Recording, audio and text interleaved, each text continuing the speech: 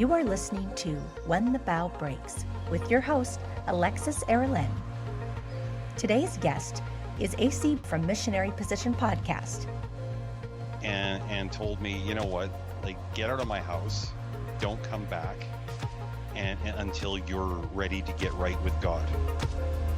I mean, even if they were really angry with me and didn't want to talk to me, there's like nothing I wouldn't do to make that right. Am I gonna like hate myself? Am I gonna feel guilty because I didn't do something while I had the time?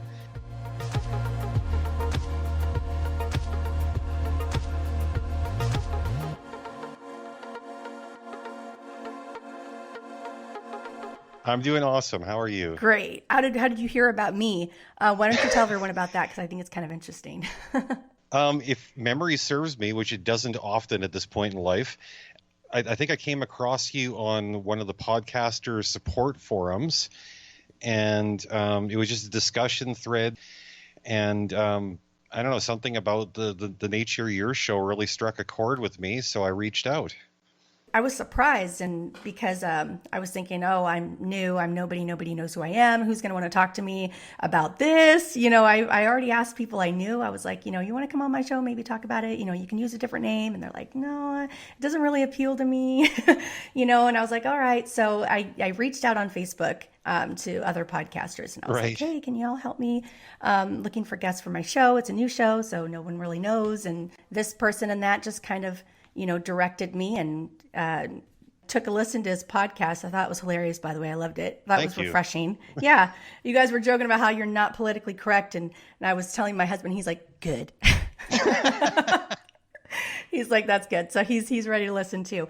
Anyway, why don't you tell me a little bit about that, about your podcast and what you do? Because I find that so interesting and fascinating. I just love it. Okay, well, the whole thing started out, it was just a couple of years ago, my brother and I started talking about doing a YouTube channel or maybe a podcast project, but we weren't really sure, what expertise that we had to offer into the into cyberspace. And finally, we just decided, you know what, let's just be ourselves. We'll see what comes across. We'll see where the show takes us. And, instead of trying to decide what's the concept and lead the show, we thought we'd let the show lead us. And what we discovered is that, a couple of our passions, first of all, is, trying to communicate to people that it's okay to communicate honestly and directly. And we really strongly feel that political correctness more often than not gets in the way of that. I agree with that 100%. I do agree with that. And people become so finicky and nitpicky. It's just, it becomes so confusing, and then you miss the whole point of the relationship, Oh, absolutely. Yeah. And a byproduct of exploring that whole thing is, we came to the conclusion that ultimately, like, our egos get in the way of communication more often than not. And I think political correctness is something that we sort of use to shield our egos with. Ultimately, like, offense it's taken, it's not given, right? So, yeah, if I'm talking to you, if I'm not trying to be a jerk, then, there's a certain amount of responsibility that you need to take to try to hear what I'm saying. Exactly. And all the responsibility isn't on me to try to guess what might bother you. If something bothers you, yeah, you can tell me and I can adjust my trajectory. I know I'm sort of wandering off topic already, but that's just a podcaster habit. No, not really, because you're kind of on point. I think it's all about, setting boundaries, even those little boundaries in conversations that we have with people, and that actually kind of brings me up to my whole estrangement thing. I won't go into my story, but I was kind of raised, to accept what everyone else said, and you're not allowed to have an opinion, and you're not allowed to express your thoughts. Right. And you just have to kind of go along with, the political correctness of everything. And for me, it was being raised, in a very religious home, and my parents were very militant. They met in the army. So they were very bossy and very do what I say kind of thing. And so I kind of grew up with that. And so when I became older and I started noticing that other people were allowing me to share those things, you know, and express myself. I was like, oh, people are listening and they're not like kicking me for it, you know. And so then I started to kind of, you know, explore my whole way of thinking. And I was like, oh, I can express my thoughts. I can share this with this person and I'm not going to get, you know, scapegoated for it, you know, later or whatever. Yeah, and Yeah. that's so huge. Because I mean, you learn and develop so much on a personal level when you get these hang-ups out of the way, right? Oh, yeah. It's totally liberating. Totally liberating. I mean, I'm a completely different person now than I was, you know, just a couple years ago when all this happened. But, you know, let's talk about you. Like, how did this all happen for you? How did this whole estrangement thing, you know, occur, you know, in your life? It's not really the easiest question to answer. The Yeah. way I like to describe it to people, it's sort of like the death by a thousand cuts, right? There's all these little things Mm. that build up over time. And, you know, I guess the first sort of like major step towards the rift, if you want to look at it that way, was I had been going through for many years a crisis of faith because, like you, I was raised in a very, very religious household. The rules were very strict. Questioning authority, Mm-hmm. questioning the religious texts was really not allowed. And in adulthood, I mean, I was like, well into my 30s at this point. I really started looking at things and asking these questions that I'd never been allowed to ask growing up. And I got to the point where it's like, you know what? I'm not really sure if I believe this stuff anymore. And um, Yeah. with my mom, because my dad died back in 2002, so it's just sort of my mom is the parent that, you know, I still have, if you want to look at it like that. Mm-hmm. She was the one I had these conversations with, and she just kept on, you know, everything I had to say, like, I've got a question.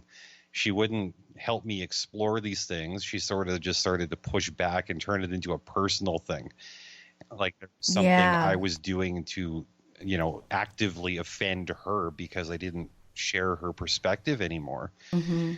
And so I sort of started to back off a little bit as far as like those types of conversations go with her, just sort of for the sake of the peace. Mm-hmm.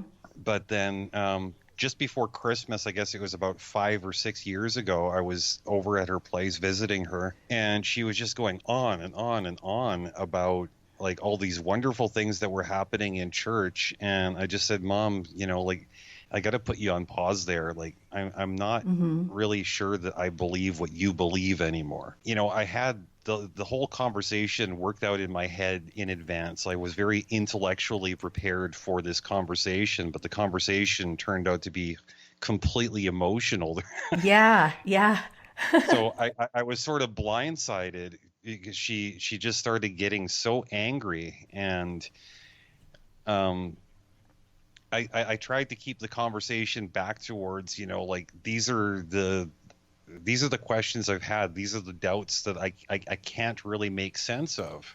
And Yeah, I mean, she's your mom. You know, you wanted to express, you know, those thoughts and those feelings. And, you know, maybe you were kind of hoping that she would kind of be accepting and help you out of that. And she just wasn't, or, well, I it's sort of weird because like when I was imagining how things were going to play out, I had sort of like pictured a case where, you know, she's not going to accept me for where I'm at or for like what I've become, but yeah. she's going to hear me out at least so that she can understand, okay, what brought me to this place.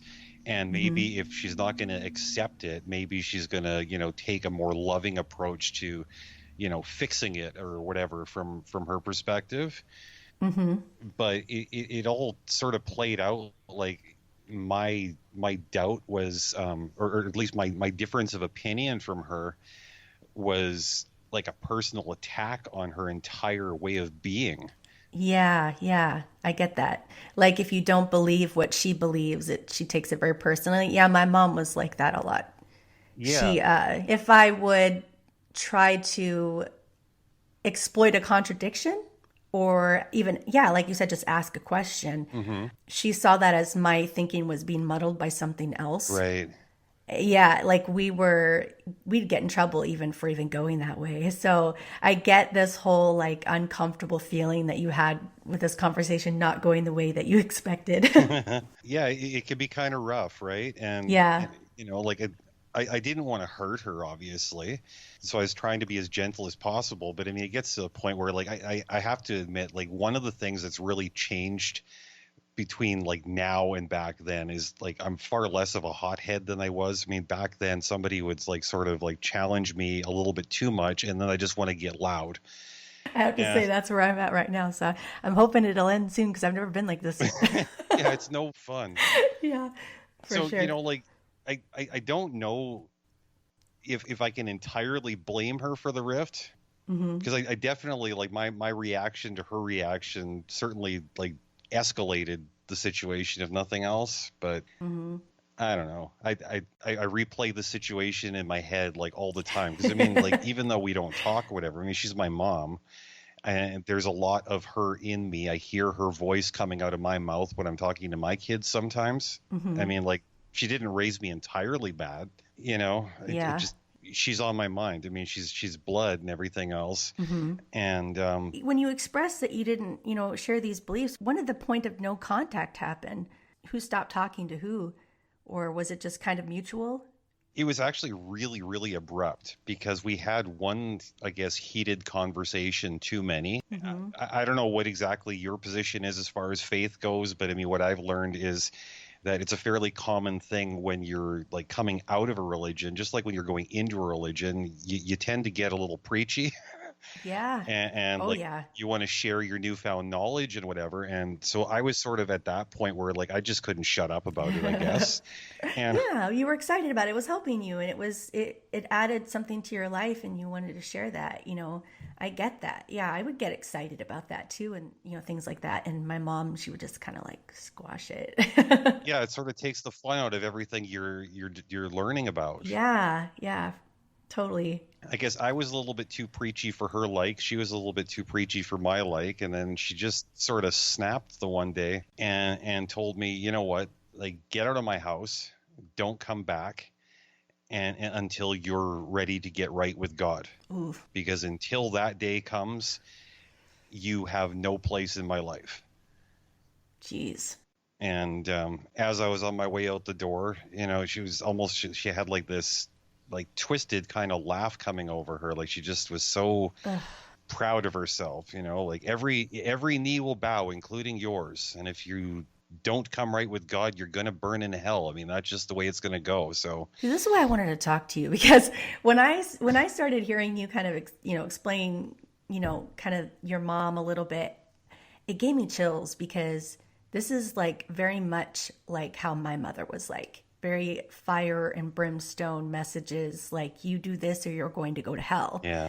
And even if I was friends with a gay person, Oh, heaven forbid. you're associating with evil people, and I'm like, nah, I don't know, I never been hurt by any of those people. So I don't know where this evil you're talking about is really from, but I don't see it, and these people are my friends. And so it just things like that just didn't make sense to me. I was like, how can you uninclude someone for that? Like, and I was like, and how can you just love your child so conditionally? Also, that bothered me. I feel like your mom and my mom could almost be twins. Yeah, they'd probably get along just fine from the sounds of things. Yeah. Sound like they believe the same stuff and they don't care whether their kids believe it or not. I don't know. Such a weird thing to have a rift over, right? Because I mean, like, I couldn't imagine doing it to my kids. I couldn't imagine. that's the thing. I got two kids too. I got two sons. One's 11, the other one's 16. I can't imagine any situation that might come up that would cause me to stop loving them or stop wanting to be in contact with them. Yeah. I mean, even if they were really angry with me and didn't want to talk to me, there's like nothing I wouldn't do to make that right. Yeah. So, I mean, like, as a parent, even I just don't get it. They're my responsibility. They're my life. They're my everything, and Yeah. I couldn't turn my back on that. And I try to teach them too, like, you never mind what other people have to say about the way things are. Like, figure things out for yourself. Ask questions. Follow the questions through to their logical conclusions. Look for the good in people. How much Jesus a person has is irrelevant. Yeah. Do they treat you decent? That's all you need to know. Yeah. That's another thing. There was all this talk about, I don't want to diss Christianity too much because there's, plenty of people who are doing it and they're doing it right, Right. but the way I was raised, we were preached to, but no one lived it. No one was like Jesus at all. And so that was why it was so confusing. And I'm like, how am I supposed to live this? I don't even know how to live it. I'm not seeing it being done. And how am I supposed to, a lot of it was taken out of context, when I was growing up. It wasn't like I grew up and just realized Christianity was just crap, and it doesn't really matter what my perspective is really, but it was just something that for me was distorted, and I had to question it. And when I was older and I did that, it was just, she just didn't like it. And when my kids come to me, I'm always trying to be like, well, if I don't know the answer, I'm going to find out. I'm going to help you, and I always tell my kids, it doesn't matter to me, what you believe. And my oldest daughter, she made the decision to be baptized into the same faith. And I honestly have to say that part of me was kind of upset or just worried, concerned. Right. I was like, okay, I want to make sure she knows what she's doing. She knows, I had lots of long talks with her. I was like, what do you believe? And, where are you learning this? Like who's talking, who's giving the messages in her, her group or whatever. But, I always want to make sure, if you know what you're doing, this is what you want to do, I'm going to support you 100%. And I'm going to love you. No, and that's what a mother should do. That's what all parents should do. It's like, we can't go through life assuming that everyone's going to have the same perspective as us.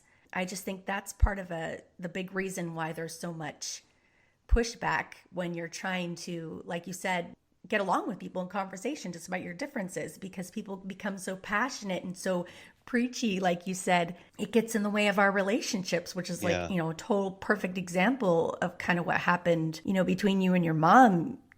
Just the belief thing. And yeah, it's not even limited to like religious stuff. Like on the most recent episode of our podcast at the time of recording now, we had a conversation about the arguments that people have, like say like arguing Beatles versus Rolling Stones. Like we get passionate about the things that we care about, but we get passionate to the point sometimes where like we don't want to appreciate the fact that, hey, we're being exposed to some new ideas and some new perspectives. We're so focused on winning the conversation that we end up losing out big time. Yeah. Nobody wins really. I don't care like how different two people are. I mean, we have way more in common than we don't. Yeah, for sure. So like aside from the, the religious stuff, what were some of the other things that just kind of picked at you for a long time? Like what you pointed out with your parents. I mean, it wasn't like limited to like the religious inconsistencies or hypocrisy. It's just a case of like, you say one thing, you do another. Like I have troubles with people that, just aren't straight about who they are. Like, I don't care if you're the biggest jerk on the planet. If you just own it, if you're authentic about it, like I can respect it if nothing else. Yeah. I don't have to like you, but I can't disrespect you for being real. Yeah. I agree with that. Yeah. It's like, I mean, I had to make a big change in myself just to be able to handle that. And it's hard for people to change. And so sometimes you just got to let people just, go through their own life and do their own thing and just pray they don't hurt anyone. And, and just, just the mutual respect thing. There's assholes out there, and sure.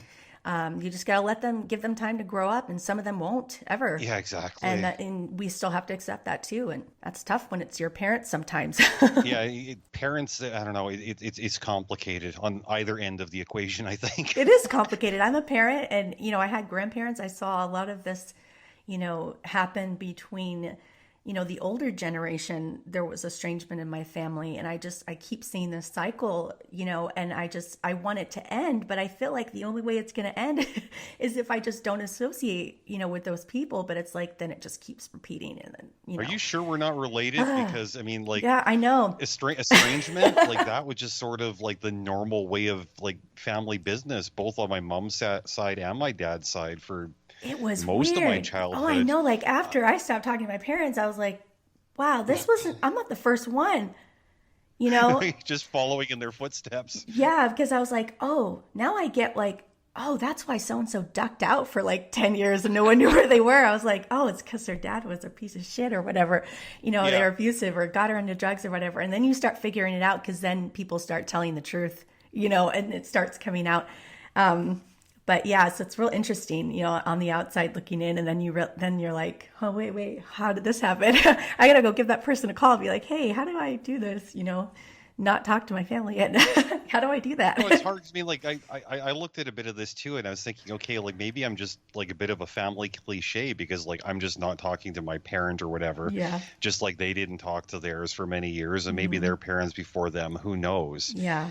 But what I tell myself, anyways, is what sets me apart is that like I really did agonize over the fact that even though I wasn't the one who ultimately caused the separation, that I was well justified in not doing anything to bridge the gap, because like when you're dealing with somebody who's like really really toxic, there's no direct benefit to be had from having them in your life. I mean, quite the opposite. There's a lot of harm to be had. Yeah. And I cope with anxiety and depression and panic disorder as it is. So I mean, like, I don't really need to introduce any unnecessary elements of nastiness in my life, because like it's on a good day, it's difficult to Yes. like keep things going. Yeah, and this is why, I love talking to people, because it's so funny how, you lose your family, and then somehow you find others who have lost their families or have been abandoned or who left, and you all talk to each other and you realize, God, we are like siblings almost. Like we were raised, like we have the same feelings, we have the same crap we have to deal with now, like the depression and I have all those things too. It's nuts. It's insane. Like you said, even on a good day, it's like you think, God, how the hell did I get through that even? Like how was I happy today and didn't cry in front of anyone, on this happy occasion? Because usually those happy occasions, they make me upset, nowadays. And so, yeah, like even on a good day, it's tough. And so, and the holidays, that's like when everyone just, in our kind of little estranged child group, that's a hard time. And yeah, that's a painful reminder that like everybody else has got certain types of people in their life that you don't have. Yeah. And then, even, I have my husband's family, I'm really thankful for that, but it doesn't really even help the sting of what happened, all the years growing up. Right. You see all the happy things happening, but in your mind, you're remembering all of these like really scary things. And so you're standing there and everyone's having a good time and you're like shaking because you're not where everyone else is. You're back somewhere else and, where you don't want to be. And so, then you got to leave the room or whatever, so you can calm down. And that's the kind of stuff that, that I deal with. Anyway, that's the kind of stuff, people with PTSD and panic disorder deal with, because we're constantly battling, the past. And I get so angry when some people say forgive and forget. And I was like, yeah, I try that all the time. I just can't forget what happened. My subconscious, it's all ingrained in there. Yeah, I forget nothing. I'm happy to forgive, but like, yeah, I can't just put things out of my mind. I mean, you know what it's like. I mean, I think comes with the territory for a lot of people with anxiety issues is at least a touch of OCD.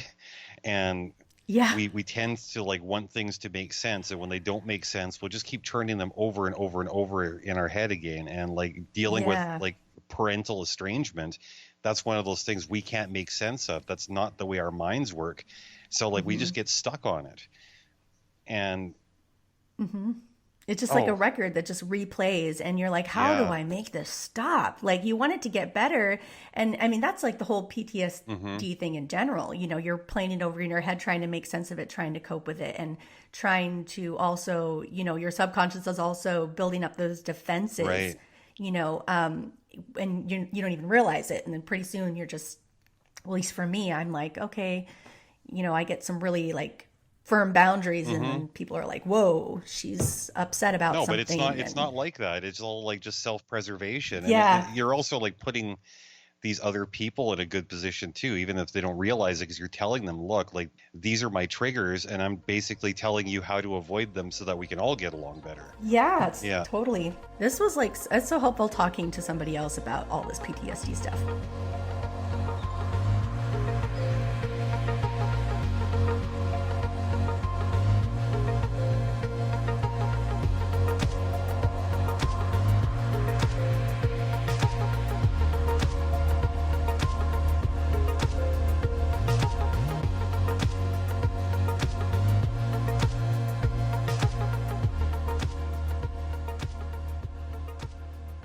what were some of the things like after you were estranged? Like, how did that like affect you? Like, how did that change Right. the way, like, did that make any change to your life at all? Like, I mean, obviously you weren't talking to your mom anymore, but how did it kind of affect your life, like your Um, lifestyle? I think the biggest thing was like tying back into like the PTSD, the anxiety stuff, and like turning things over and over again in my head Mm-hmm. was I started looking at like my life as a whole, like in the context of my family unit, like with my mom, my dad, my siblings, and whatever. Mm-hmm. And I started realizing that, like my whole life was basically pushing towards that point where, the rift was going to happen because like my older brother, he he never really was in contact with my mom and dad. I found out when I was older that like he wasn't my dad's son. He was my mom's son from before my mom and dad got together. Ah, But like yeah, there's stories like that in my family too. yeah, like my mom never really wanted to talk about him, and it seemed like whenever I would like as I was growing up, whenever I would like say something that sounded maybe like my brother would have said, then she would just fire back at me with something along the lines of like you better just change that because I've written off one child, I can do it again, no Oh. problem, right? So I mean, it's just always had like that feeling that she was just looking to pull the trigger. So what I got out of like revisiting all these types of memories was realizing that like this wasn't ultimately something that I had done. The problem was largely on her end, and I think the responsibility entirely on her end because she was the parent in the equation. Uh-huh. Yeah. And I learned to let go of a lot of the guilt that I had always carried with me. I was very, very much motivated by guilt and very little else up until that point. And sort of shrugging off those feelings of like self-blame, that was liberating in itself. Yeah, self-blame for sure. The other big change was it was sort of like, okay, now the brakes are off. There's nobody standing in the way of my quest for knowledge, my quest to like answer questions. I don't need mom's approval anymore. If I've got these questions of faith, I can just run at it head Mm-hmm. first and like see like what's what. And for the first time in my life, I really started like gobbling up information without any preconceived notions. Like I let the evidence lead my conclusions instead of my conclusions sort of filtering the evidence. Yeah, it's like, let's see what this stuff really looks like. Yeah. Like let's see it with fresh eyes and let's examine it and let's think about it. Yeah, I did the same thing too. It's like it was awesome. I was like enjoying it because I was like never allowed to do it before. Yeah, it's like a real high. Yeah, it is a real high. Like I love to learn and I was very suppressed in that area of education, Hmm. especially being a female in my family. I was raised to be a wife and have babies. Mm. I did all that because I wanted to do all that though. They thought I was, doing things their way. And then after I had my babies and wanted to do something else, they're like, like I was never allowed to make my own decisions or, I was like, man, my parents, they just go and do whatever they want. It's like, when are they going to be okay with me doing that? It's like, I'm a, 36-year-old woman and they're telling me how to think. And what to wear. Well, it's going to be terrible too to be like reduced just to being a genetically valid person, Oh right? God, yeah. Oh yeah. I had no self-esteem growing up. Zero.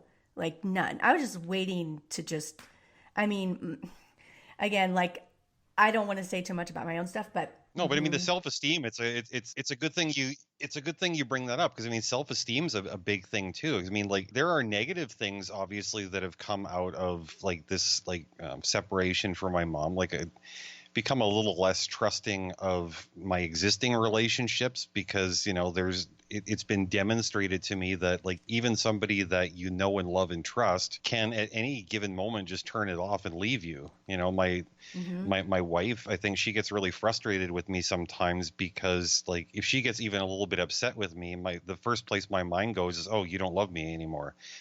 Or this can't work. Yeah. Or I'll understand. And it's so hard for the people in our lives, right? Because like we're not trying to be jerks, and it's like We're trying to she feel safe emotionally. And like you yeah. tighten up those boundaries or like you start building really thick walls Hmm. and nobody else, your existing relationship, people that you've known who have known you for a long time, like, what are you doing? What's this wall here before? You never have this, like, what's the deal? and you're trying to express that, while you're still figuring it out, you're Yeah. still processing all of it. You're trying to explain to them, like, don't do this makes me feel bad, or when they've been doing it for years but you weren't ever able to tell them, or something like that. It's hard too, right? Because like And then you always think, oh, the relationship's over now because they're not going to respect my boundaries, or it's done, it's over. Yeah, I have those thoughts. Like, obviously I never follow through with them. My husband's awesome, but it's like I do have those thoughts. I just feel like all these relationships I have are eventually going to fail. yeah, for me, it makes honestly like relating to strangers a lot easier. It feels safer, right? Because there's nothing really Isn't that funny? invested. Like I'll speak openly about anything with anyone. I don't have like trust issues in the sense where like I can't say what's on my mind. Like, if you want to like hate me for it or laugh at me for it, whatever, I can eat that. It doesn't bother me. Yeah, leave a bad review, fine, whatever. Yeah, cool, whatever. Yeah. As long as you're thinking of me, that's awesome. Be honest, yeah. But it's like yeah, I mean like that's a positive that's come out because I've just become like more drawn to like people that I don't know. Whereas Yeah. before I used to be very, very introverted and afraid to talk. So I found my voice, I found my outgoing nature. But the flip side to that is like the people that actually are close to me, like it's real work to tear those walls down that you were talking about. Yeah, it is. It's a lot of work. And, I bring up my husband a lot because when I became estranged, I didn't talk to anybody about it. Nobody knew. Nobody in my family knew. Nobody. Oh, I was, Christian family, they're like, you leave, that's dishonoring your parents, and that's breaking one of the 10 Commandments, and you're dishonoring God, and therefore you're not a Christian, and you're not good enough. And, I was like, well, don't you ever want to know why?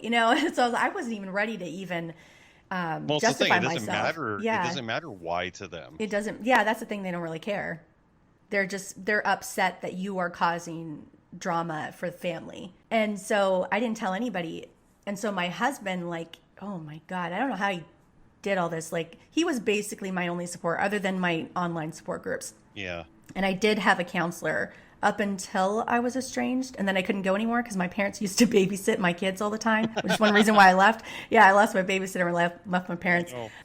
So I stopped going to that counselor, but I just joined like every single freaking online group I could find because I was like, I need help, I need support. I was like, how do I do this? I felt really also ignorant to a lot of things because I was, so sheltered. And my husband, he's always been about do what you want to do, he's always been so supportive. And so when I was estranged, it was like, I told him, I was crying to him one day. I was just really deep in my grief. And I was like, I'm changing as a person. And I was like, and I don't know if you'll still love me afterwards. And he's like, what do you mean? I like that you're growing and that you're changing. I'm getting emotional just saying it because like, I didn't think I was going to like say this, but No, but I get where you're coming from. I had so much fear. Yeah. There's so much fear. And like you're hanging on like by a thread to like the relationships you have because of what happened, between you and your parents. Like I lost a lot of friends too. Like, I don't know if you lost like family members or friends because you didn't talk to your mom anymore, but I did. Yeah, I lost everybody all at once. It sucked. Can you imagine like someone blowing up? I mean, I don't want to say that like on the podcast because that could be considered like a threat, but like, like, can you imagine like somebody just like blowing up the whole stinking place and you're like, it's all gone. Yeah, but emotionally, that's exactly what you live through, though, right? Yeah. You're like, I might as well live on the moon. It is totally, it's a total devastation. Like, it's like everyone died. And you can't, like, but they're there and, like you can contact them, but you can't at the same time. That's the hardest thing, like, moving forward, right? Because, like, I think about, like, my dad who actually died in 2002. I mean, like, we made peace long before he passed away, so everything was cool there. Mm-hmm. And, obviously I had to grieve his loss, and it was hard, but I mean, like, it was easier than grieving the loss of my mom, even though my dad and I were way closer. Yeah. Like what my counselor had said was like, if you don't have the option of like rebuilding a relationship, if you know that that's just not on the table, you have to grieve her loss as though she has died. It's the only way you're going to move on. Yeah. But the reality is like, okay, so like, I've cried my tears. I've spent my time thinking about it. I've like done my time in therapy. Ultimately, like she isn't dead. Like she's a phone call away. Yeah.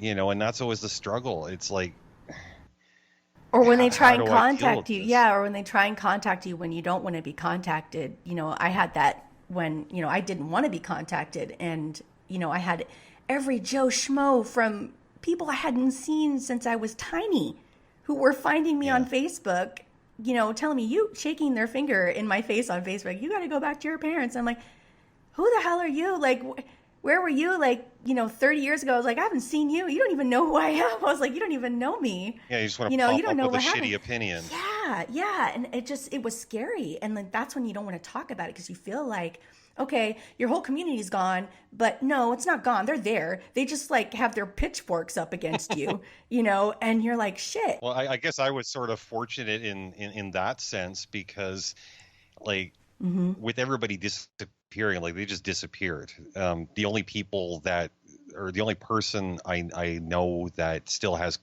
or that still at that time had contact with my mom was my ex-wife, who's like my best friend in the whole world. So it was hard for her because like she wanted to see everybody get along, but at the same time Yeah. she'd been around the situation for enough years to know that like, I wasn't just being an asshole, that this was like a real thing. Hmm. And then eventually, like I reached out to one of my sisters who I'd sort of lost in this whole transaction, and I just went and I won't say her name. I'll just her first initial is L. I went to see L, and Hmm. just to sort of make peace with her. And like the agreement we had was like, yeah, let's get along. Let's just keep things civil.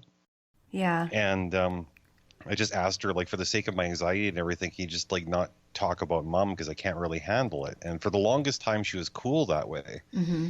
But then she started like saying things like, mom's changed. Like, she's gone through a lot of stuff. Like she would like to talk to you.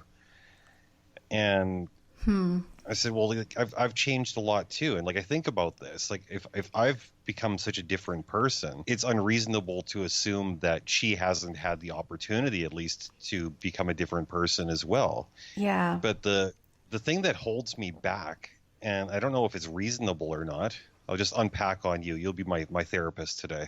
Go for it. Um, is that like I'm finally at the point where like I don't cry when I think about my mom. Hmm. I don't like get frustrated. I don't get angry all the time when I think about my mom. In fact, I can go like weeks or even months sometimes without thinking about my mom. It's just such a like it's not like a happy place, but it's a functional place. And I don't know if I could handle grieving her loss a second time. Like if I was to go back and say, okay, well, let's give this a shot.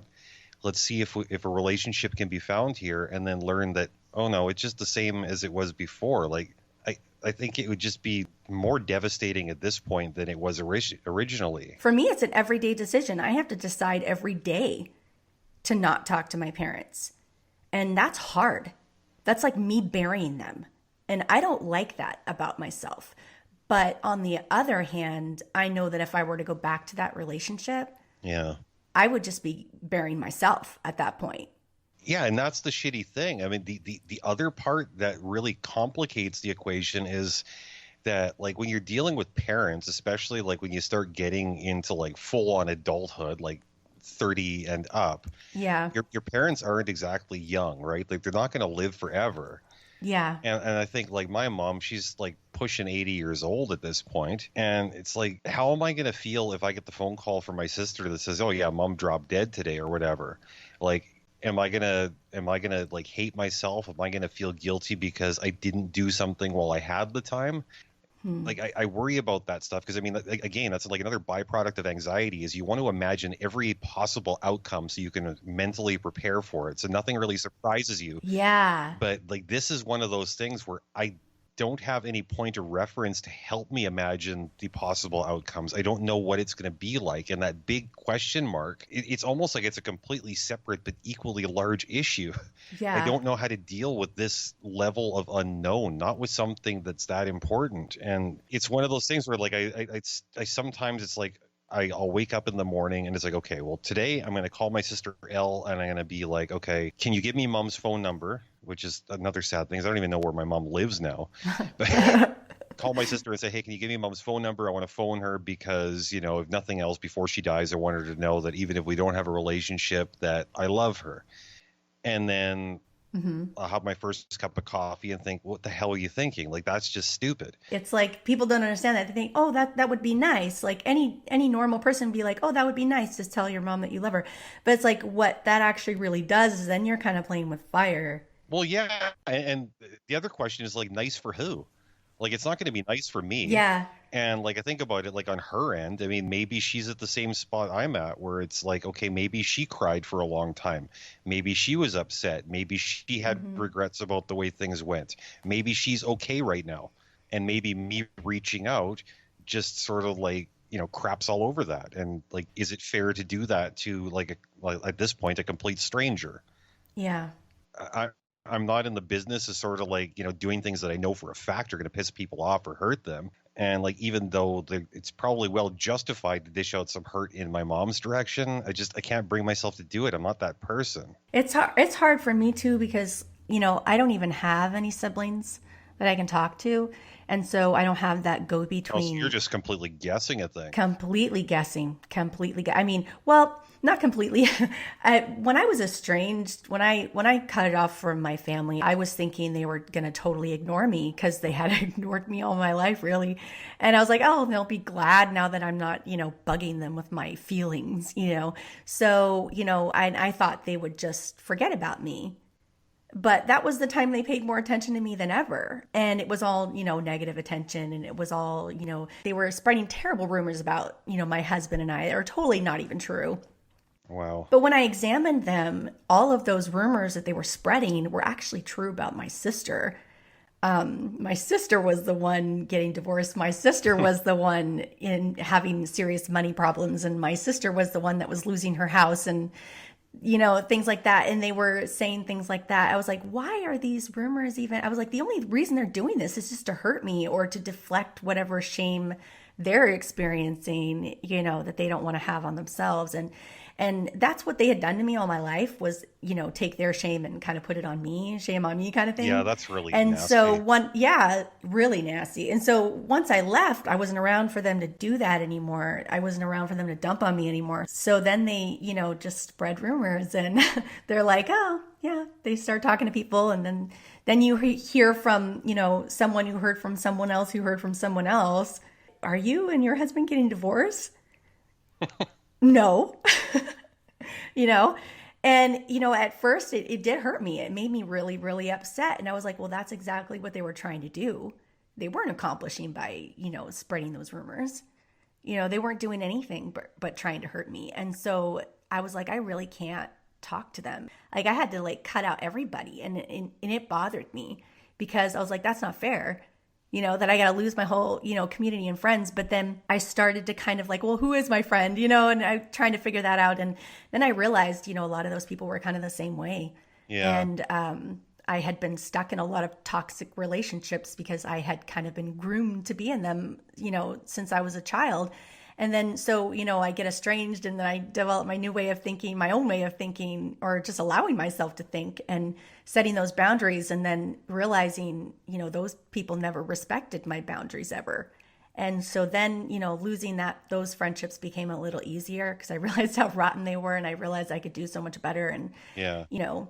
Actually spend time with people who actually care, who Well, are like once interested. you identify one toxic relationship, it makes it so easy to spot all of the Yeah, other ones in your yeah, life. yeah, totally. It was like that. It was eye opening. I was like, oh, that just kind of put me off. And I was thinking about that, like, why did they do that? And I was like, why do I feel like this? And oh, my parents used to do the same thing. It's like, oh, duh. Well, this person isn't really a good person to be around. This person's always done that, like then you get mad, like this person's always treating me like crap, and so No, then it's hard too. Like when you have a separation, like as my younger sister, just a nasty person. Like through this whole rift in the family, whatever. Thought, okay, like there's like one super toxic person that isn't in my life now, and like with her not being around, it was actually like, okay, that's a sigh of relief because like you mean your she's just sister? not. Yeah, the younger Oh, one, like she's okay. just not nice. Then I don't know, I was like curious about her kids because I mean, like the kids, they're the ones who really lose out in all these kind of things. Yeah. And so I was sort of creeping her Facebook profile, seeing if there was like anything about the kids on there to see how they're growing up and whatever. And I saw that like we hadn't talked at this point for maybe like 3 years. and she had posted like all these nasty like cartoons that she'd drawn of me or whatever, like just She drew of you? yeah, like just talking complete smack. And I'm That's thinking, like like, elementary. I'm like, oh my God, like we're like 3 years removed from each other, and like you can't like just let me go, like Yeah. if you're so obsessed, why not just like say or do something nice? Like you don't have to be this way, but that sort of hurt me. I mean, just knowing that like somebody's out there like going out of their way to like, basically besmirch my good name. Yeah. And it puts perspective. Like for a while, I was like, why are they, for a long time, it was just like, why are they doing this to me? Why are they treating me like this? Yeah, And because then that's what they do. that's That's what what they they always do. do. Yeah. Like it's their personality. It's literally their personality type. And, Right. I learned that in counseling. I talked a lot about my mom and my sister and some other people in my family, and the doctor, that my counselor was like, they have, sounds like this disorder. It sounds like this disorder. Why don't you read up on it and maybe it'll help you, kind of handle them, or, you at least be able to have your guard up a little bit better. But all it did was just make me mad, because then I noticed that like I was like, because I was like they can help it, but on the other hand they can't.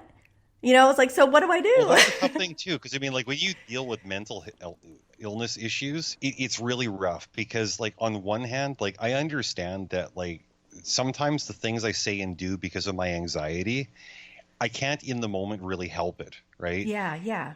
At the same time, I'm responsible for it. I have to own it.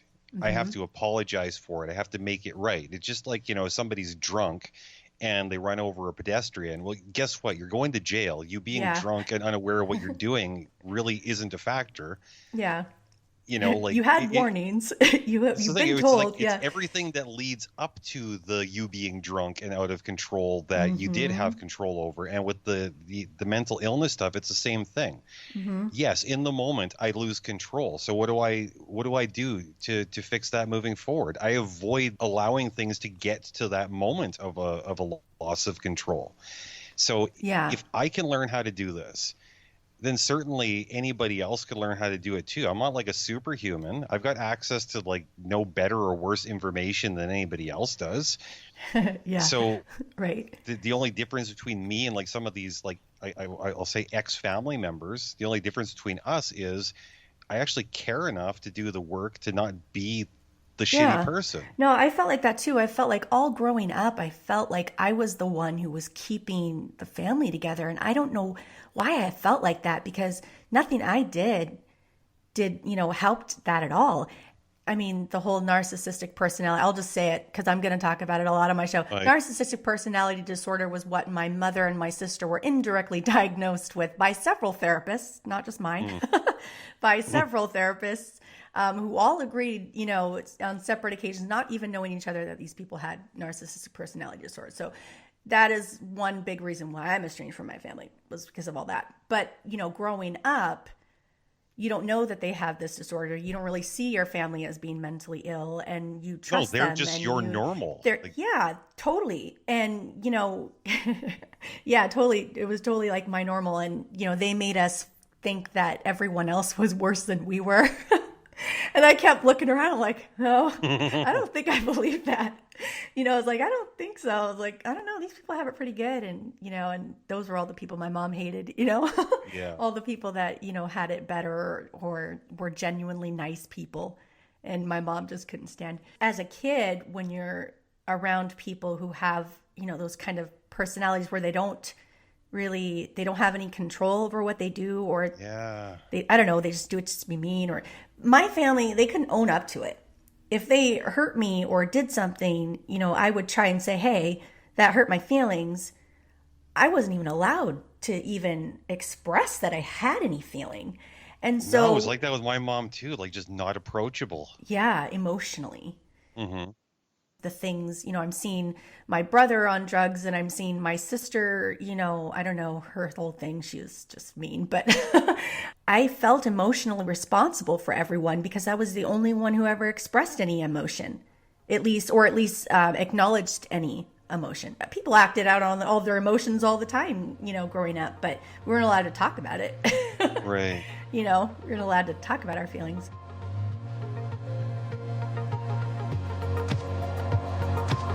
Are you enjoying When the Bow Breaks? If so, visit us on Facebook, like and share.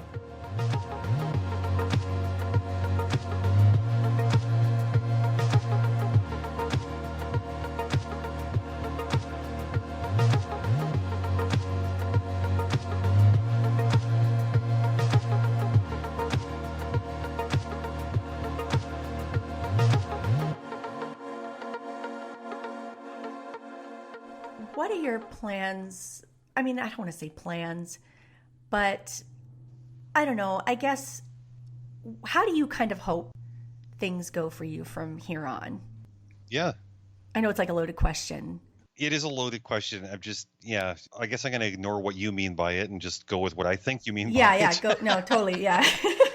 Well, you know what this is like being a podcaster. Everything you talk about ultimately will lead back to the podcast. Yes. What I've gotten out of like the last year plus of doing my podcast with my brother is that we've developed a lot of not just good communication techniques with each other, but the other part is when you have conversations that you are recording and then you have the opportunity to listen to later, you learn a lot of things about the way you sound, the way you communicate, the way you talk, not just the sound of your voice, but the way you use your words. Mm-hmm.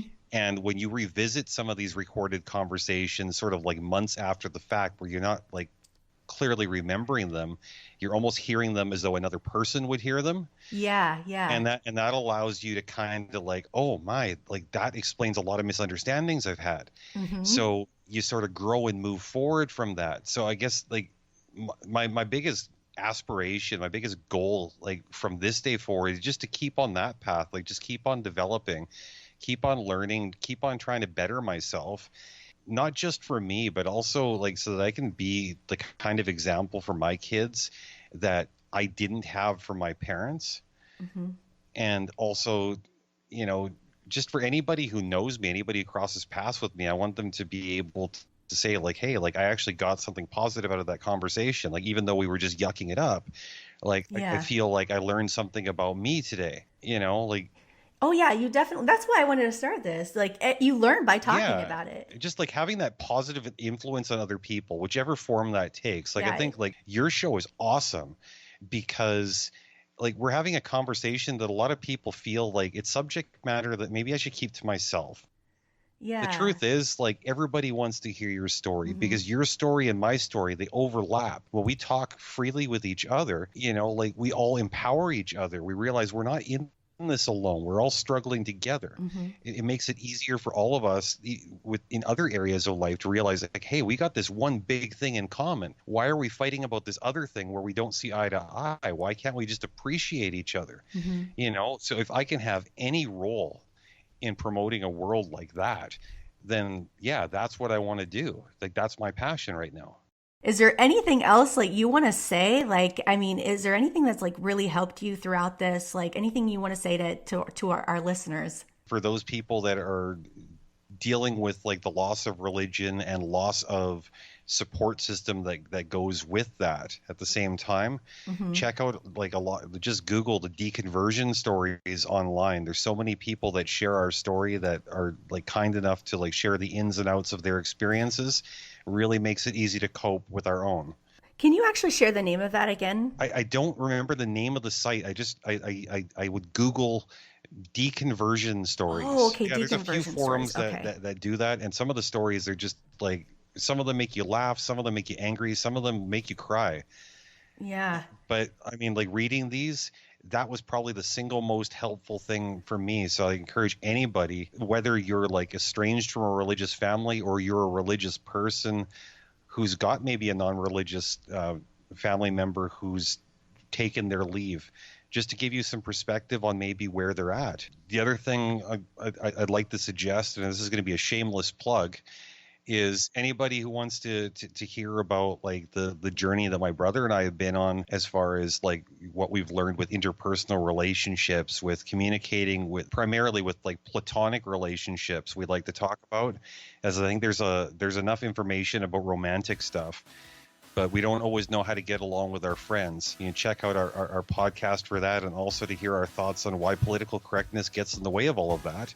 We got a website. It's www.missionarypod.com, and all of the episodes are available there. It was great talking with you.